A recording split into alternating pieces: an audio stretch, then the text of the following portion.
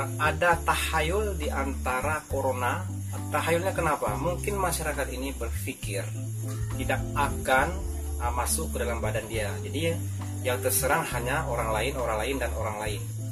Ada juga satu kebaikan ya kalau menurut saya. Contohnya seperti ini. Kalau saya sholat di masjid ya, kalau dulunya macam-macam rame lah yang batuk ya. Tetapi ketika sekarang ini ada corona, orang nggak berani lagi buat batuk. Jadi kalau kita sholat sekarang ini senyap aja. Kenapa demikian?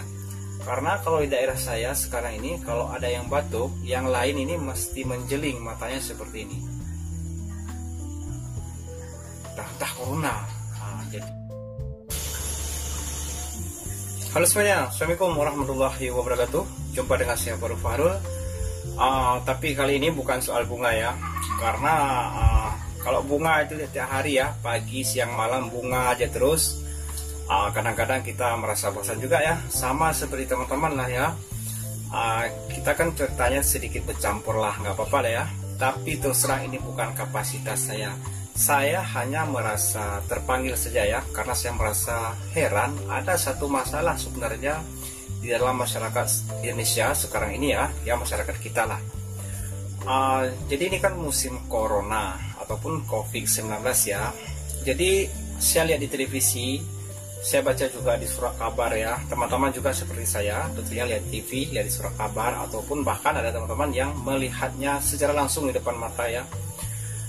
Jadi ada instruksi dari pemerintah, bukan instruksi sebenarnya ya, himbauan ya, atau PSBB ya, saya selalu salah sebutkan itu ya, jadi saya minta maaf.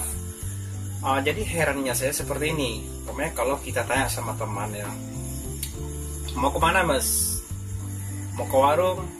Mau ke kedai kopi? Ngapain? Minum, ngobrol-ngobrol, jumpa teman, jumpa kawan. Kok nggak pakai masker mas? Apa nggak takut? Jawabannya senyum. Nah, kalau kita tanya dua kali mungkin dia agak sedikit cemberut ya. Itu yang satu orang. Kemudian ada lagi kita tanya, mau kemana mas? Mau ke pasar, ngapain? Macam-macam lah jawabannya ya. Yang jelas dia sampai ke sana, duduk beramai-ramai sama teman-teman, ngobrol-ngobrol ya. Itu yang satu macam ya. Kemudian ada juga orang yang kita tanya, kemana mas? Mau keluar kopi, jumpa teman-teman, bosan lah di rumah katanya. Kemudian kita tanya, apa nggak takut mas? Sekarang kan musim corona. Nasib lah.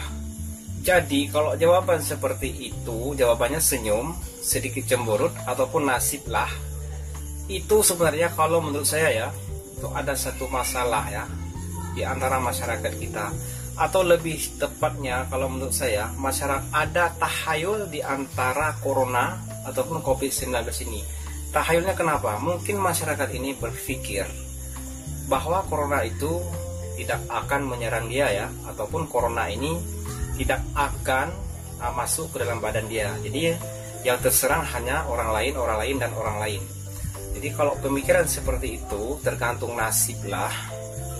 Jadi jawabannya kalau menurut saya itu singkat saja ya, karena kita berpikir secara logika ya, jadi yang logik. Logik apa logis ya? Saya nggak tahu lah, itu bukan kapasitas saya ya. Tentunya teman-teman yang lebih paham soal itu ya. Jadi kalau pemikiran seperti itu, kalau dia jawab nasib lah. Jadi kalau nasib lah seperti ini, kita naik aja ke lantai 3. Kalau yang jawab nasib lah ya, mau kemana mas? Mau lompat, ambil lompat, apa nggak takut mati? Nasib lah. Itu kalau menurut saya tidak logis ya jawabannya ya. Itu jawaban yang sangat salah sekali.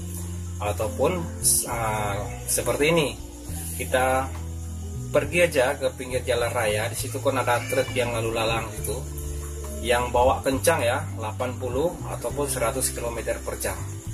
Kemudian niat aja dalam hati, ini kalau nasib kita kena ya kena, kalau nasib kita nggak kena ya nggak kena. Begitu juga dengan kecelakaan yang lain ya.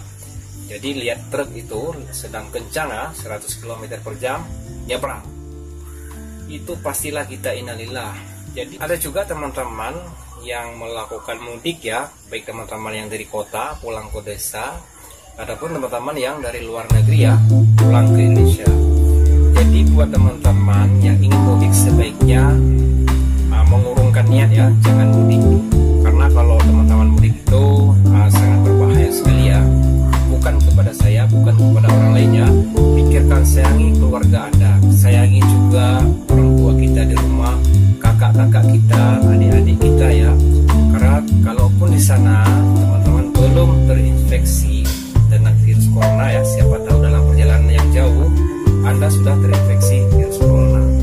kesimpulannya, kalau menurut saya, jika begini terus menerus ya, masyarakat terus saja melakukan perjalanan ke sana kemari, masih saja berkumpul-kumpul, tidak pakai masker, tidak mau menjaga jarak, ini saya rasa akan memerlukan waktu yang agak lama ya, supaya kita terbebas dari penyakit corona ini. Ada juga satu kebaikan ya kalau menurut saya, contohnya seperti ini. Kalau di tempat saya ini di masjid, kalau saya sholat di masjid ya, kalau dulunya katakan ada 4 saf ataupun 5 saf ya, jadi ketika kita sedang sholat itu orang batuk itu di mana-mana itu. Di saf pertama ada yang batuk itu belum selesai, dari sambut batuk oleh saf yang ketiga, saf ketiga batuk, saf kedua pula yang batuk. Jadi batuknya di sana, batuknya di sini, jadi macam-macam, rame lah yang batuk ya. Tetapi ketika sekarang ini ada corona, orang nggak berani lagi buat batuk. Jadi kalau kita sholat sekarang ini senyap aja. Kenapa demikian? Karena kalau di daerah saya sekarang ini kalau ada yang batuk, yang lain ini mesti menjeling matanya seperti ini.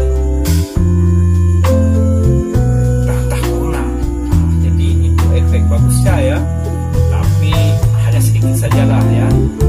Yang seperti itu ya, kalau tempat lain mungkin nggak ada, kalau tempat saya seperti itu. Ketika kita sholat, mana-mana batuk, sana batuk, sini ya ada yang bersin.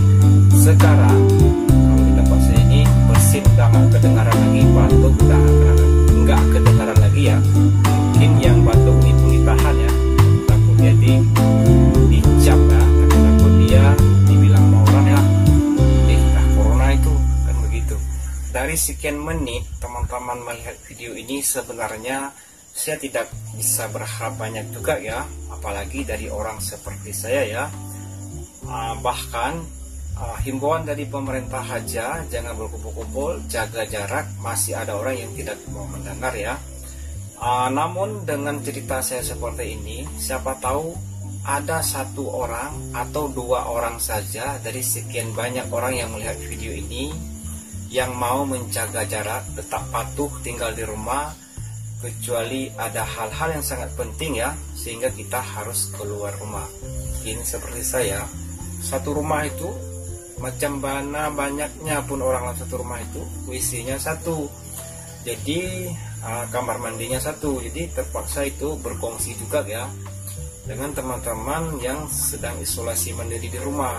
Jadi ada kemungkinan juga ya akan terjangkiti pada anggota keluarga yang lain, karena kita berkongsi kamar mandi, berkongsi bilik air juga kalau bisa ya. Ini untuk kepentingan kita lah ya, bukan untuk kepentingan orang yang memberi himbauan ya. Dia perlu, dia penting, kita juga perlu, kita juga penting. Jadi seperti itu kalau menurut saya ya. Nah, ini sudah banyak sekali sebenarnya ocehan dari saya ya. Jadi saya tidak bisa menambah lagi ya. Karena kenapa? Semakin banyak kita berbicara, omongan kita ini semakin besar kemungkinan terjadi kesalahan. Jadi ngomong itu nggak perlu panjang lebar sangat lah ya. Nah, kemudian saya ini seperti penjual obat kaki lima. Kalau penjual obat kaki lima itu pertama dia cerita ular, cerita bola berubah jadi merpati ya. Ular berubah jadi monyet, cerita Abu Nawas, ujung-ujungnya nanti ketika orang udah ramai, udah berkumpul, dia akan jual obat. Nah, saya juga seperti itu kali, tapi enggak lah,